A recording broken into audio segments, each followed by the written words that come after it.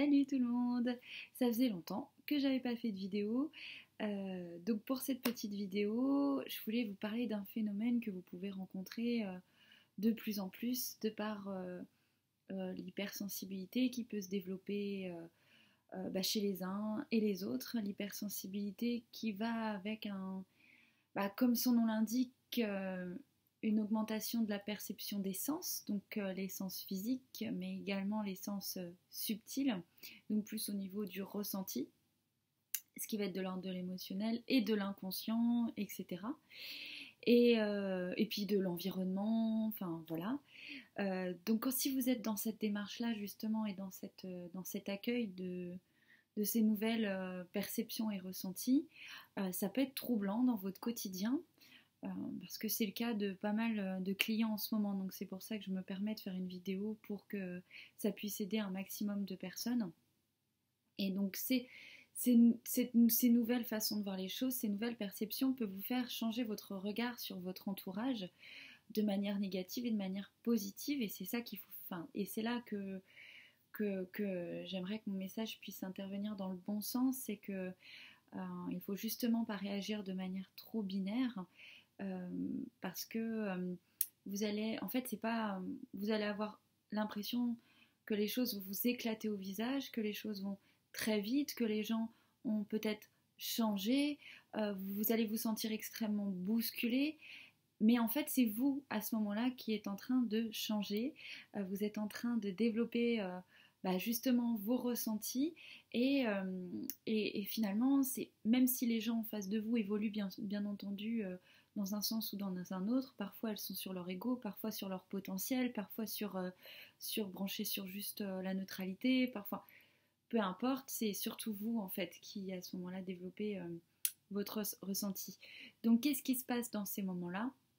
C'est que vous pouvez vous sentir heurté. Par exemple, si la personne en face, une amie ou un proche est branché plus sur son ego, ses peurs, ses angoisses à ce moment-là, elle peut inconsciemment vous attaquer, entre guillemets, être un peu piquante, être un peu dure, etc. Mais en fait, elle a toujours fonctionné comme ça a toujours été ses mécanismes de défense.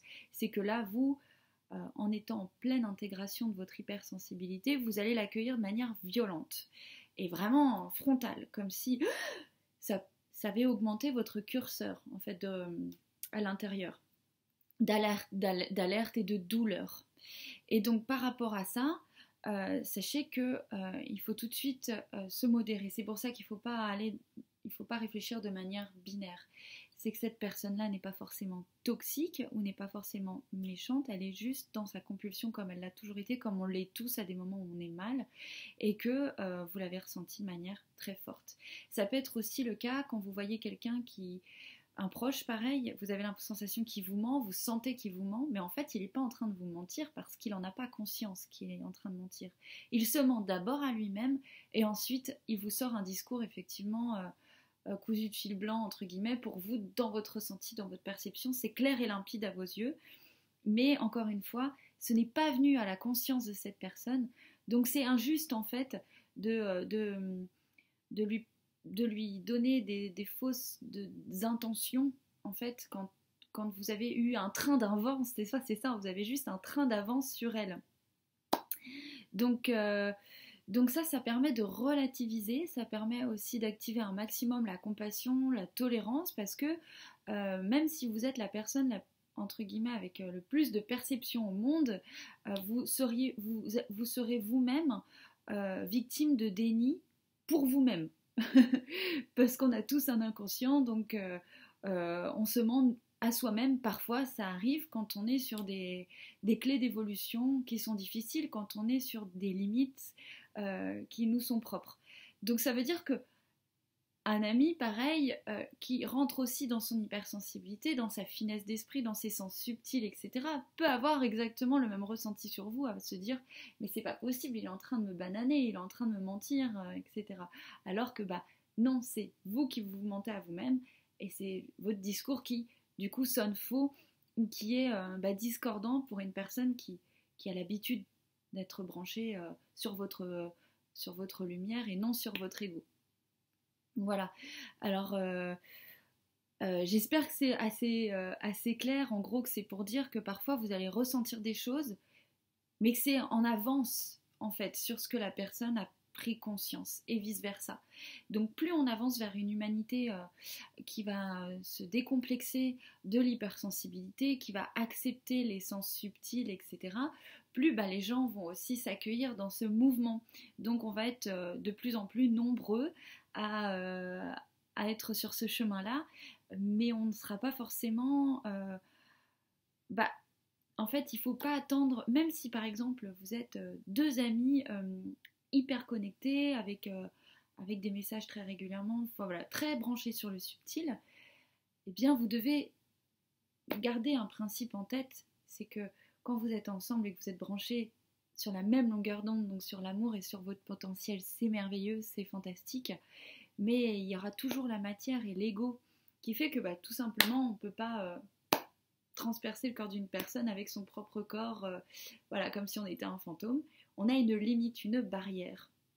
Et cette barrière, il faut la respecter avec le plus de compassion possible, c'est-à-dire que même si vous avez une amitié très forte avec laquelle vous pensez devoir être la personne la plus transparente du monde, il faut quand même prendre en considération là où en est la personne, là où vous en êtes. Il faut prendre plusieurs paramètres en compte et non juste se dire ah on est amis, on doit tout se dire donc je dois tout balancer. Non, parce que ce n'est pas respecter le rythme des uns et des autres et c'est créer de la violence parce que c'est nier aussi les douleurs parce que l'ego, en dehors du fait que c'est aussi l'ego ce n'est pas que des résistances négatives, c'est des peurs, c'est plein de choses qu'il faut aussi accompagner, respecter pour que justement elle puisse se soigner. C'est pas avec des coups de marteau qu'on aide l'ego entre guillemets à...